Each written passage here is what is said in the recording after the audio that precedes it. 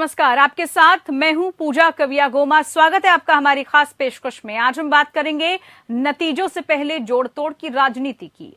उत्तर प्रदेश विधानसभा चुनाव के आखिरी चरण का मतदान संपन्न होते ही राजनीतिक दल जोड़-तोड़ में जुट गए हैं। यूपी, उत्तराखंड से लेकर पंजाब, मणिपुर और गोवा में सरकार बनाने की संभावनाएं तलाशने में सभी सियासी दल एकजुट होकर लग गए हैं। कांग्रेस और बीजेपी अपने अपने सहयोगी दलों और निर्दलियों की तलाश में जुट गई है, तो कांग्रेस अपने जीतने वाले उम्मीदवारों की खरीद फरोख्त से बचाने के लिए सुरक्षित स्थान तलाश रही है। सवाल है कि आखिर नतीजों से पहले जोड़-तोड़ की कोशिश क्यों हो रही है? क्या पार्टियां पूर्ण बहुमत को लेकर संक्षिप्त हैं? राज्यों में किस तरह के पोस्ट पोल अलायंस हो सकते हैं? कौन सी पार्टी किसे समर्थन दे या ले सकती है? करेंगे पूरा विश्लेषण और जानेंगे राय। पहले देखते हैं ये खास रिपोर्ट।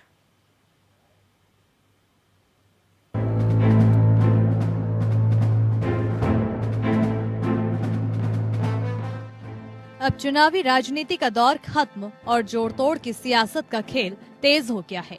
यूपी में आम आदमी पार्टी ने समाजवादी पार्टी को समर्थन देने का ऐलान कर दिया है। वहीं कांग्रेस महासचिव प्रियंका गांधी पहले ही मीडिया हाउसेस को दिए साक्षात्कार में समाजवादी पार्टी को समर्थन देने का संकेत दे चुकी है। कांग्रेस हर राज्य में चुनाव नतीजे से पहले अपनी पार्टी के उम्मीदवारों को खरीद फरोख्त से बचाने के लिए सुरक्षित ठिकानों की तलाश में जुट गई है। समझा जा रहा है कि राजस्थान में भावी विधायकों को रखने की तैयारी की जा रही है। इसे लेकर राजस्थान के मुख्यमंत्री अशोक गहलोत ने इस सिलसिले में एक बैठक भी की।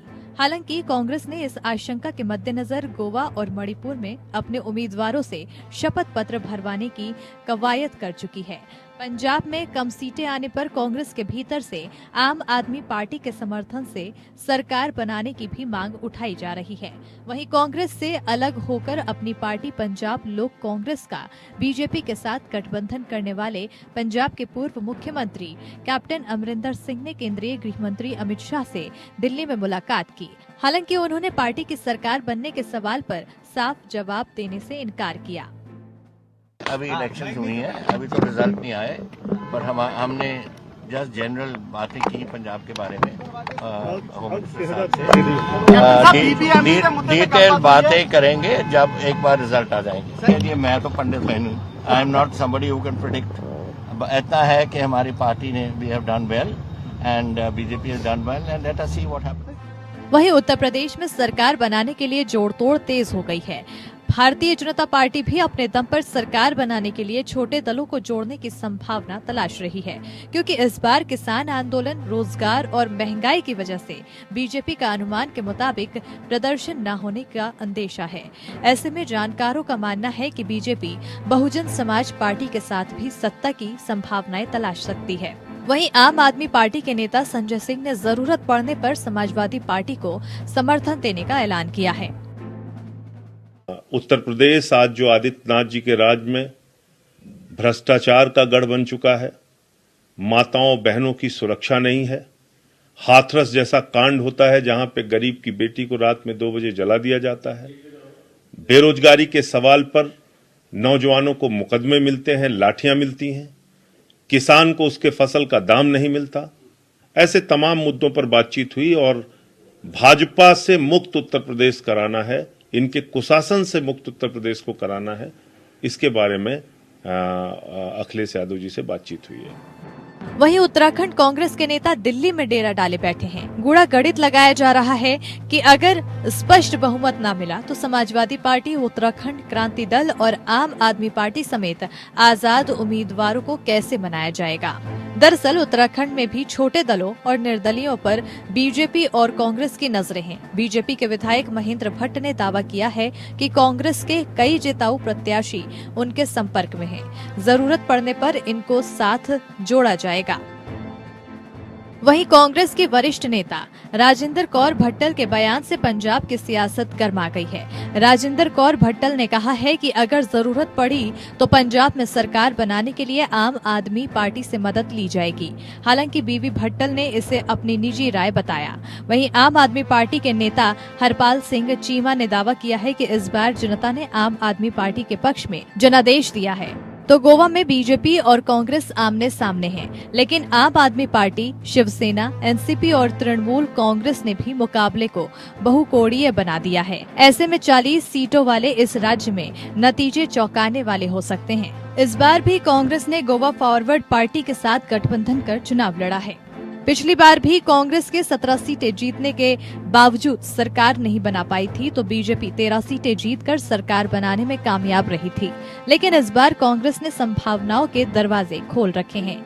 वहीं मणिपुर में पिछली बार बीजेपी ने एनपीए और नागा पीपुल्स फ्रंट से मिलकर चुनाव लड़ा था और सत्ता में आई थी, लेकिन इस बार सभी दल अलग अलग चुनाव लड़ रहे हैं। वहीं लगातार 15 साल तक शासन करने वाली कांग्रेस के विधायकों को बीजेपी के पक्ष में चले जाने से पार्टी सत्ता से बाहर हो गई थी, लेकिन इस बार क्या नतीजे होंगे ये देखना खासा दिलचस्प होगा। अंशुमन त्रिपाठी, एपीएन।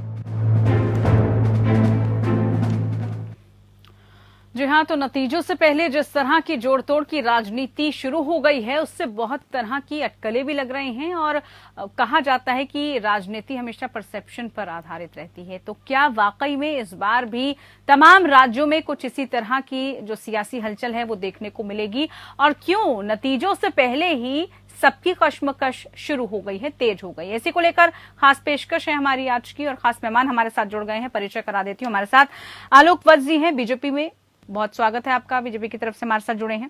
सत्येंद्र यादव जी हमारे साथ समाजवादी पार्टी की तरफ से जुड़ चुके हैं, बहुत स्वागत सत्येंद्र जी आपका कार्यक्रम में। चंद्रेश कुमार सिंह जी हमारे साथ कांग्रेस यूपी की तरफ से जुड़े हैं, बहुत स्वागत है आप सभी मेहमानों का। सबसे पहले तो जिस तरह से अब थोड़ा रिलैक्स मोड में नजर आ रहे होंगे, इलेक्शंस का दौर खत्म हो गया, चुनाव खत्म हो गए हैं, 1-2 दिन हालांकि अभी लगेंगे फिर से जो है तरोताजा होने के लिए, लेकिन उससे पहले जो जोड़ तोड़ और जिस तरह से बयानबाजी समर्थनों की, हम इसको समर्थन देंगे, हम यहाँ पर जो है अगर खेल बिगड़ना हो या फिर खेल बनाना हो, हम हर लिहाज से तैयारी शुरू कर देंगे। आलोक वत्स जी, आप ही से शुरुआत करती हूँ कार्यक्रम की और सवाल की कि क्या आपको लग रहा है जिस तरह की अब शुरू हो गई है राजनीति नतीजों से ठीक पहले, किस तरह का गणित आप लगा रहे हैं, किस तरह के समीकरण आपको लग रहे हैं आगामी दिनों में देखने को मिलेंगे? क्योंकि कहा यह जा रहा है कि जो तमाम छोटे दल है ना, वो इस बार बहुत कुछ खेल बना और बिगाड़ सकते हैं सभी बड़ी पार्टियों के लिए। पूजा जी, इस दौर में मैं शुरू से इस बात पर अडिग रहा हूं और अभी भी अडिग हूं कि किसी भी एक छुटभैया खिलाड़ी को जोड़ तोड़ करने का मौका नहीं मिलेगा। उत्तर प्रदेश में हम क्लीन स्वीप कर रहे हैं, उत्तराखंड में हमारी सरकार बन रही है, मणिपुर में भी हम क्लीन स्वीप कर रहे हैं और गोवा में भी हम स्थिर सरकार बनाने जा रहे हैं। रही बात पंजाब की, तो वहां ये उथल पुथल देखने को मिल सकता है और अन्य किसी राज्य में कहीं कोई संशय नहीं है।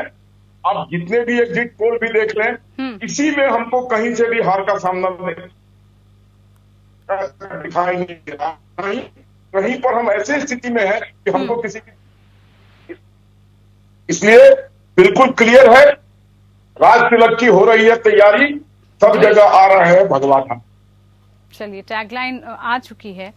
क्या लग रहा है सत्येंद्र जी, चाहे आपकी बहुमत के जो नई नतीजे आ रहे हैं, जिस तरह से एग्जिट पोल्स में भी कहा गया है, लेकिन बावजूद इसके तमाम जो पार्टियां हैं आपके साथ समर्थन के लिए तो तैयार हैं, इससे कॉन्फिडेंस लेवल तो बिल्ड हो चुका है कि भाई अगर जादुई हम आंकड़ा पार कर पाए ना कर पाए, लेकिन सभी दलों का समर्थन अभी से मिलना शुरू हो गया है, उसकी कवायद शुरू हो गई है।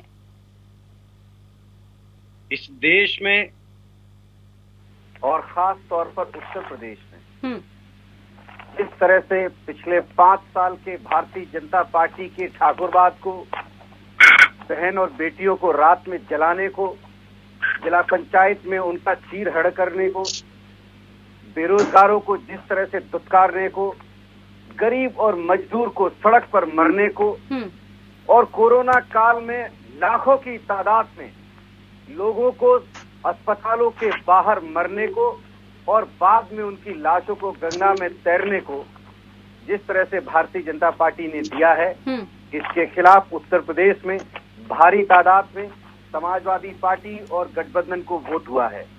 मैं निश्चित तौर पे ये बात कहना चाहूंगा कि ये एग्जिट पोल हैं और 10 तारीख में ज्यादा समय नहीं है। कुछ ही घंटों के बाद 10 तारीख आएगी और 10 तारीख की सुबह होगी। मुझे आशा ही नहीं पूर्ण विश्वास है कि समाजवादी पार्टी गठबंधन के साथ पूर्ण बहुमत में सरकार बनाएगी और उत्तर प्रदेश में पुनः विकास और प्रगति की शुरुआत करेगी।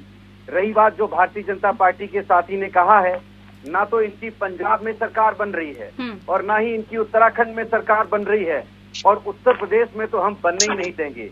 दूसरी बात कि अगर किसी भी प्रकार की, मैं इस बात को भी मैं सुनिश्चित करना चाहूंगा, अगर किसी भी प्रकार की, अगर कहीं पर भी चाहे आयोग से संबंधित या जिस तरह से भारतीय जनता पार्टी ने जो सरकारी तंत्र का दुरुपयोग किया है, अगर इस तरह की त्रुटियां हैं तो उसके खिलाफ भी समाजवादी पार्टी कड़ा रुख अपनाएगी। वो तो नतीजों के बाद स्पष्ट हो पाएगा, नतीजे जब आएंगे बिल्कुल तब उसके बाद स्पष्ट होगा। घटनाएं आई हैं, हाँ। आयोग ने अब तक संज्ञान नहीं लिया है, ऐसी बहुत सारी शिकायतें नहीं हैं। तो ये अगर नतीजे आपके पक्ष में नहीं आए, नतीजे आपके पक्ष में नहीं आए तो फिर ठीकरा ईवीएम पे फोड़ा जाएगा, ये समझा जाए जिस तरह से आप अभी कह रहे हैं। मैं आपको बताना चाहूंगा कि जिस तरह से सबसे पहले तो 10 तारीख का हम इंतजार कर रहे हैं।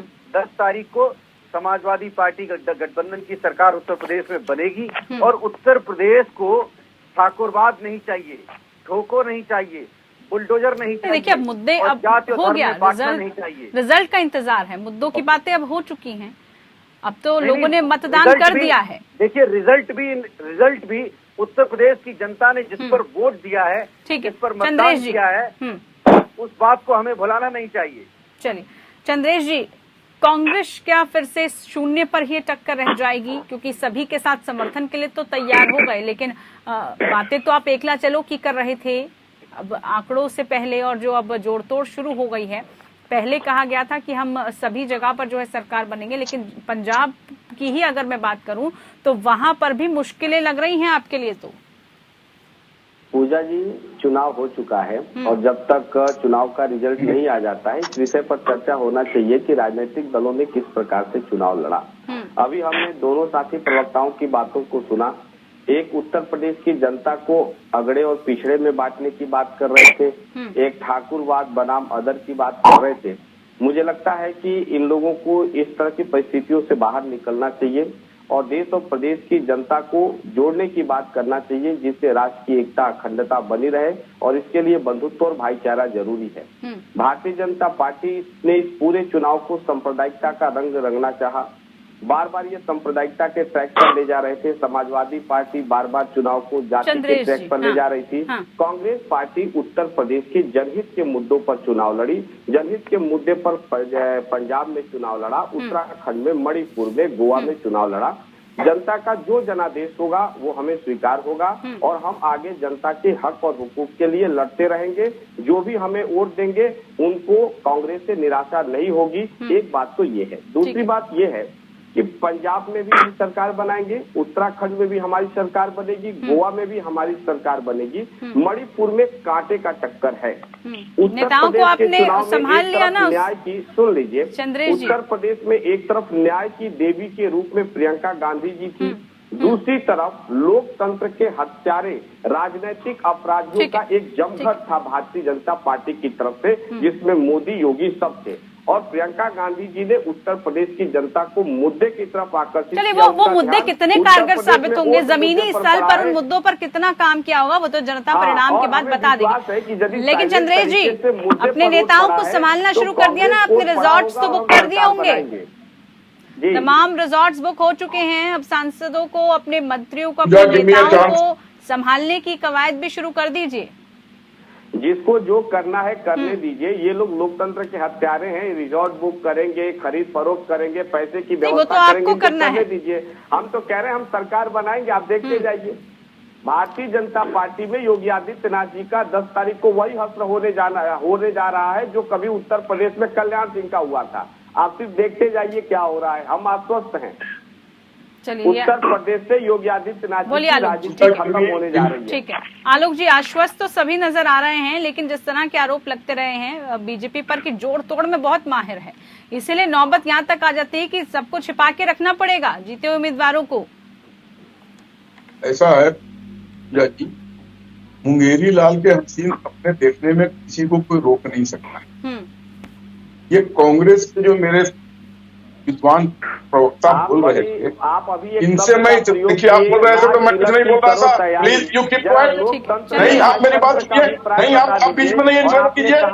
चंद्रेश जी, एक बार जवाब लेने दीजिए, आपके पास आऊंगी मैं। आपको मैंने मौका दिया, समय दिया आपको, बारी बारी से सर सबसे जवाब लेंगे, तभी डिबेट हो पाती है सही तरीके से, सबकी बात सुनेंगे। जी बोलिए। ये कांग्रेस के लोग आज के दिन में हिंदुस्तान के लोकतंत्र में क्रिकेट में एक प्लेयर होता है तो पूरी हिट विकेट करता है, ये कांग्रेसी हिट विकेट वाले नेता है।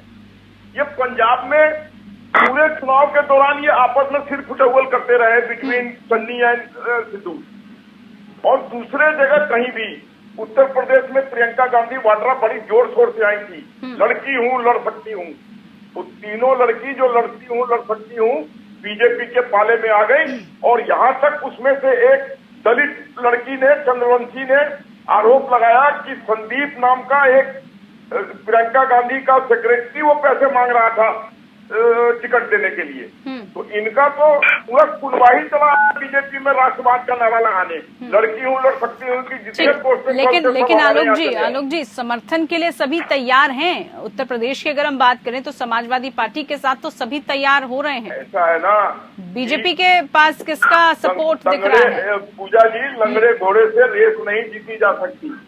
ये सारे लंगड़े घोड़े एक हो जाएंगे तब भी हमारे अश्वमेध यज्ञ को कोई नहीं नकार सकता। हम जीतेंगे, जीते हैं, जीतेंगे और बड़ी प्रचंड बहुमत से जीतेंगे।